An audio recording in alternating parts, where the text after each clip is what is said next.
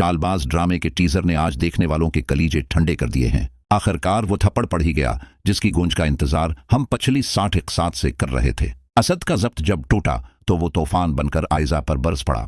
Teaser में हमने देखा कि असद ने आयजा के मन्ना पर जोरदार थप्पड़ मारा और उसे बाजू से घसीटते हुए गाड़ी में बैठाकर सीधा उसकी मां के घर ले गया। वो मंजर कितना इबरतनाक था जब असद ने आयजा को उसकी मां के कदमों में फेंका और चीख कर कहा कि मुझे एक वफादार और साथ निभाने वाली बीवी चाहिए थी, तुम जैसी धोखेबाज, मुकार और झूठी औरत नहीं जिसने मेरी ही भाइयों से मुझे लड़वाया और मेरे घर को जहन्नम बना दिया।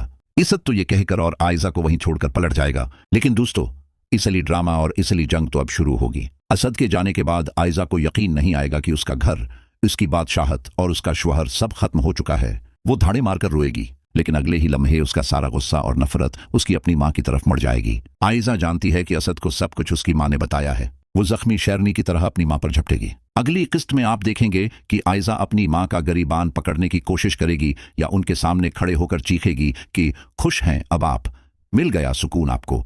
एक मां अपनी बेटी का घर बसाती है, उसके ऐब छुपाती है, लेकिन आप कैसी मां हैं? आपने अपने हाथों से मेरा बसता हुआ घर उजाड़ दिया। आपने असद के कान भरे, उसे मेरे खिलाफ किया।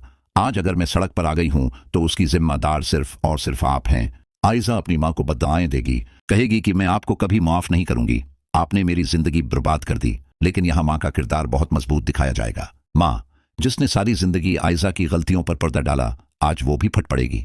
मां आयजा की आंखों में आंखें डालकर कहेगी कि खबरदार आयजा, मुझे इल्जाम मत देना, मैंने तुम्हारा घर नहीं उजाड़ा, तुमने खुद अपने हाथों से इस घर में आग लगाई है। मैंने तो तुम्हें बचाने की बहुत कोशिश की, तुम्हें समझाया कि बाज आ जाओ, अनाया पर जुल्म मत करो, शायान के साथ मिलकर साजिशें मत करो, लेकिन तुम नहीं मानी।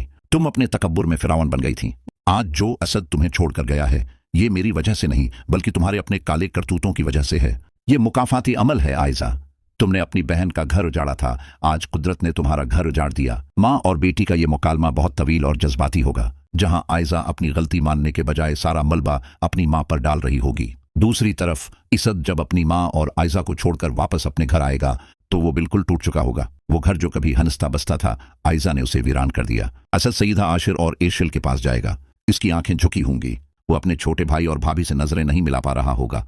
असद कहेगा कि मुझे माफ कर दो, मैं एक नाकाम भाई और नाकाम सरबराह साबित हुआ।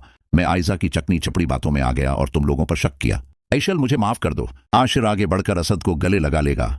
ये मंजर बताएगा कि खून के रिश्ते साजिशों से कमजोर नहीं होते। आयजा का मनहूस साया घर से निकलते ही भाइयों में दोबारा मोहब्बत जाग उठेगी। लेकिन दोस्तों, अगली किस्त का सबसे सनसनीखेज और दिल दहला देने वाला हिस्सा अभी बाकी है, और वो है रोहान और अनाया का फैसला। रोहान के हाथ में DNA रिपोर्ट आ चुकी है। रिपोर्ट ने साबित कर दिया है कि बच्चा रोहान का ही है और अनाया पाक दामन है।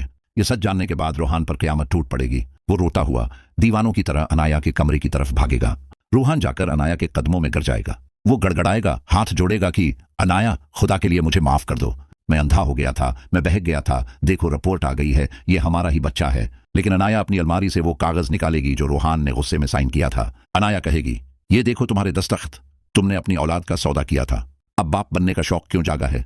रोहान टूट जाएगा। अनाया साफ कह देगी कि जिस दिन तुमने मुझ पर शक किया था, इसी दिन रिश्ता खत्म हो गया था। रोहान के पास अब सिवाय रोने के कुछ नहीं बचेगा। आखिर में असद कानूनी रास्ता अख्तियार करेगा, तलाक के पेपर्स तैयार होंगे, आयजा तन्हा रह जाएगी, न शोहर न घर न इज्जत। यही उसका इंजाम होगा। ये मुकाफाती अमल है।